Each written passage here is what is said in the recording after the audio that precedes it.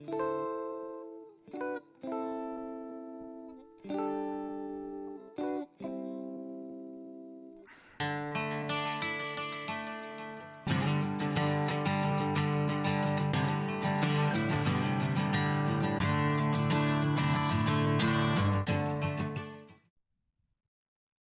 back to Grump's barn. On a beautiful day today. I've been warm, sunny, not a lot of wind.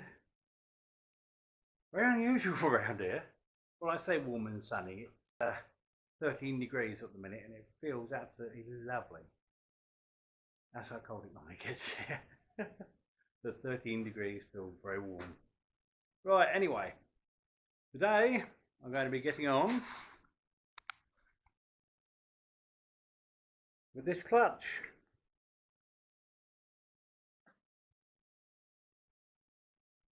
Well, that clutch there. But first, before I can put the clutch on here, I'm going to have to get out spigot bush in there. That is the first job, and I'm going to try and do it the old-fashioned way. Well, I've done it in the past many times. It doesn't always work. Basically, you half fill the hole with grease, and you whack a nice close-fitting bit of metal in there, belt it, and if you're lucky, the grease hydraulics it out, pushes the bush out of there. So we shall see. Well, the old-fashioned method didn't work, but I've now got it out. I used a nice small file a nice groove in it to weaken it, and then it still wouldn't come out initially. So I then used a very small thin cold chisel and gently cracked it along the cut line that I'd already made until I'd cracked out the middle of it, and then it just fell out. Oh well, I would have used a die grinder. I have a die grinder. I can't find my dies. What a surprise. Mind you, I haven't used it in a long time, so the dies are still packed away somewhere. I shall have to go and look for them at some point. Right, now I'm going to have to fit the new one, and all that's just a case of drifting it in. I've got it sitting on the side over there, soaking in oil, which it's been doing for at least 24 hours. I can then gently knock that in. You have to do it gently because the oil light bushes are mainly bronze. It's not particularly strong stuff. Right, let's go and get that in, and then we can start dealing with the clutch itself. There we go. I've just used this socket which fits exactly on it, using the back part which is thicker, sitting on top of it, and just gently, very gently tap it in. Don't go smashing it until it is now where it's just below the edge. It should be sitting pretty much on the edge, but just under is not going to hurt it. But that is all done. Now all I've got to do is clean up this face here with some brake cleaner to get off any bits of muck that are on there before I think about installing the clutch. Also, before I install the clutch, the pressure plate, I'm going to be cleaning the face of that off with brake cleaner as well, because they use special oils and stuff to protect them in storage to stop them rusting. So I'm going to give this all a nice little clean up, and then I can get the clutch driven plate sitting inside and whack the pressure plate on top of it. Now the clutch plate, the driven plate, it fits on one way round. You can't get it wrong. Some of them are marked flywheel side on this thinner side, but the fat side there will not fit in the gap here and let it sit properly. I'll show you. Yeah, if you try and put it in there, there's a dirty great gap. It just flaps about in the wind. Doesn't fit. Basically the springs and stuff, bigger part of them, sits on the outside here. That's where your clutch plate sits. Now I'm going to have to put the camera down a minute, because there's no way I can get the clutch plate on there and stop this driven plate falling about the place with only one hand. Back in a sec. Right, well there we go. You hold the clutch plate inside the pressure plate and then slip it on. If you'll notice, there are three here, three little locating dowels. There's one there, one down here, and one over there. There we go. You locate it onto those, and then what I've done is I've put the screws in, or the bolts in rather, just loosely for the minute. And if you see, or you can hear, that is able to move around. Now what I'm going to do is, because I don't have the clutch aligning tool big enough for this, I'm going to use something else which fits pretty well.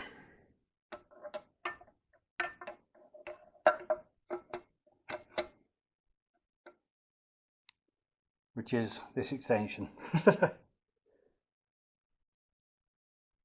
It happens to fit perfectly inside there.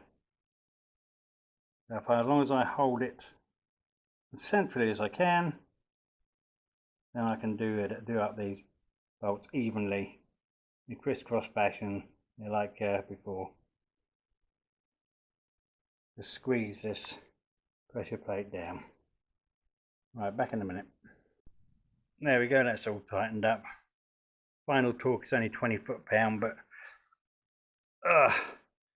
all you do basically is go around them diagonally, 1, 2, 3, 4, 5, 6, and just keep doing that, and gently down. Do it till it you can just feel it starting to nip up on you, and then go to the next one, and the next one, and the next one. You'll find that when you come back to the first one, it'll be slightly loose again. Just keep doing that, and it will slowly flatten itself down until in the end all these springs on here are sitting pretty much flat. That's what you're aiming for, and all these are then tied down. All I do is I don't bother torquing them, to be honest. I just put them until they're just tight enough and give them just a teeniest tweak just to make sure they're up. And I'm only using a quarter drive in it as well, very small socket, so I can't overexert it and put too much torque on the things. But there we go, one clutch all nicely fitted. Oh, and don't worry about these little brown marks here, that's just from where it was in storage. Can't even feel it, to be honest. I'm not quite sure what's happened there. But there you go, this is a Valeo clutch made in 2014 apparently. That's been sitting on the shelf for 6 bloody years before I got it. And of course now this is in, that will not move obviously because it's all held tightly. That will not move now in there until you put your clutch down. When you put your clutch down, it releases this in the middle, because this driven plate is what takes your drive back to your gearbox. Whilst it's sandwiched in between here and the flywheel, obviously they're both moving with the engine power. So when your clutch is up, then this is driven. This is what turns the primary shaft straight into your gearbox, and that's what powers your gearbox. So when you push down on the clutch in here, it releases the spring plates under here and releases the middle driven plate. So although the engine is still turning, the gearbox then isn't. So you can then do your gear change without the gearbox going at the same speed as the engine. That's how a clutch works. Not that you asked, but I thought I'd add that as well, just for shits and giggles. Yeah, that looks pretty good to me. We're all set up in there and ready for a gearbox to go on. Ah, yippee. Right, now I've got to find some way of getting this gearbox moved. I'm going to have to clean it up a bit as well before it can go on. It's a lot bloody easier cleaning it when it's off than when it's sitting on the motor. And I've still got to adjust this bloody exhaust. It's still not connected yet properly. Ugh. While I'm down here, I might as well do that and then bugger about with the gearbox. Right, back in a sec. Right, well, I've now got the gearbox up in the air. I've put the exhaust back on over there, but you don't need to see that. This gearbox was fun to get over here, I'll tell you. It's been laying down on the floor right over there before, so I had to move it all the way over here and drag it up. Right, let's get this release bearing off. That just slides off, you see, and that sits on these slippers. One there. But it runs on. You see on the side there where it's been. I think there's not a bad release bearing. Nothing wrong with that one. But it's coming off.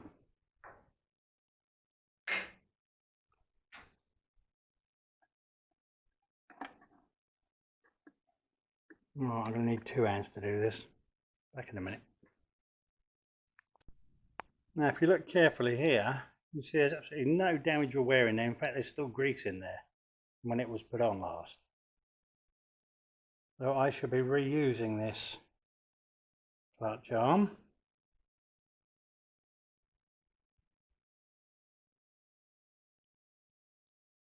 There's no damage to anything down here, and there's still grease all on there. All held together very nicely actually. It's just a case of changing the release bearing and, well, put new slippers on while I'm at it. Might as well. Nothing wrong with these, they're not even worn, but might as well do that anyway. Well, I've almost got it on. The time's beating me. Ah dear.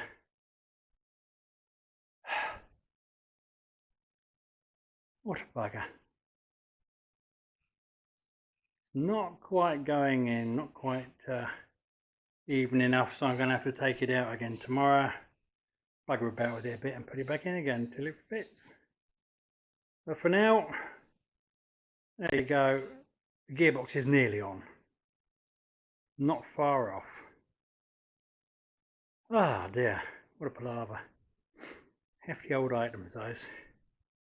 Right, see you in a bit. Here we are, back again. Windy old day, yet again. It never stops up here, I tell you. Well, I've got this gearbox on finally.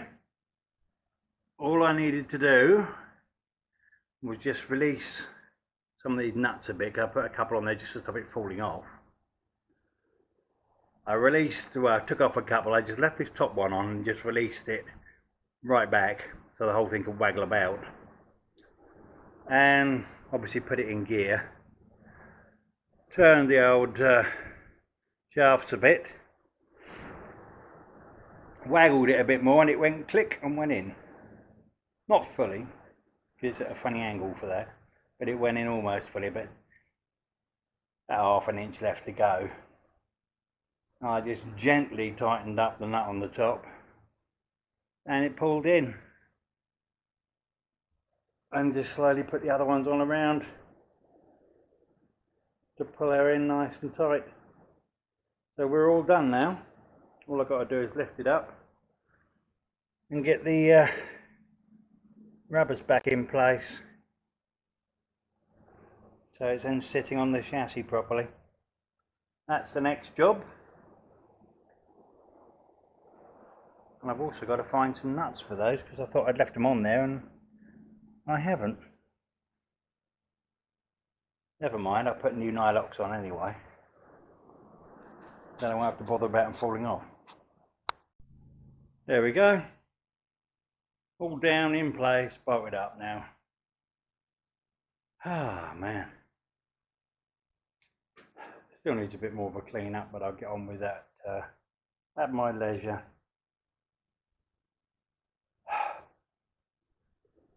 Next thing I could do, I suppose, is get the prop shaft sorted out. Or hang on, no, I might just fit the brake lines and stuff first. Well, the back to front one anyway. That's going to need doing. And the fuel lines also need connecting, and some clips putting in for those. Yep. Coming on very nicely. Alright, I'm going to end this here, because that's the end of this section with the engine and gearbox. Because what I've also got to do is get that body back up in the air again properly, ready to put this back under. And I also need to take out the floor on the driver's side and fix the rust down in here. As you can see there, we've got a bit of a hole, but it's not too bad. I should get the floor out, cut that out, and weld a new bit in there. That won't take much doing, he says, hoping I won't find too fucking much. Oh well. Yep. Well, this is the end of this one. So thank you again for watching. If you're new, it'd be nice if you subscribed. I'm not quite sure why people say that, but it would be nice. Tell you what, if I get to 500, I'll give away a t-shirt. How's that? Whatever size you like. Wherever in the world you like. Free t-shirt. We'll have a little competition for one. By competition, I mean people say yes, they want one, and I'll then draw one randomly. But we've got to get to 500 subscribers first. And seeing as we're not at 300 yet, we'll give it a go. Means my money's probably safe. Anyway, thanks for watching. You stay safe out there. And I'll see you again very soon. Bye.